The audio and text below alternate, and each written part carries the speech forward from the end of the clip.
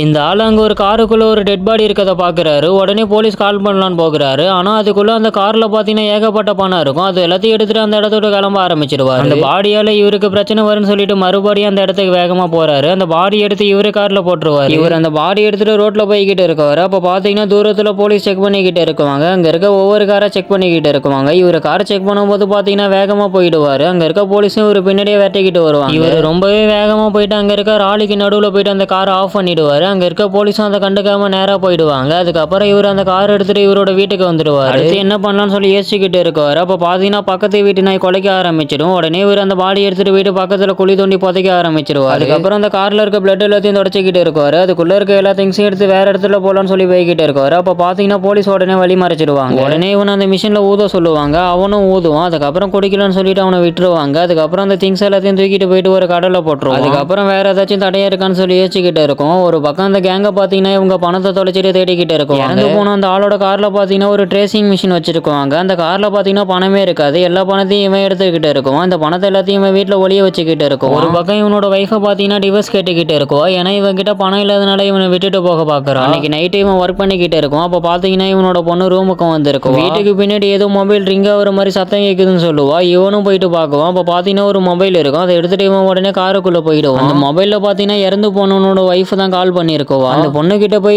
நேர்ல எல்லா விஷயத்தையும் எடுத்து சொல்லிக்கிட்டு இருக்குவான். அந்த பொண்ணு ரொம்பவே ஃபீல் பண்ணிக்கிட்டு இருக்குவா.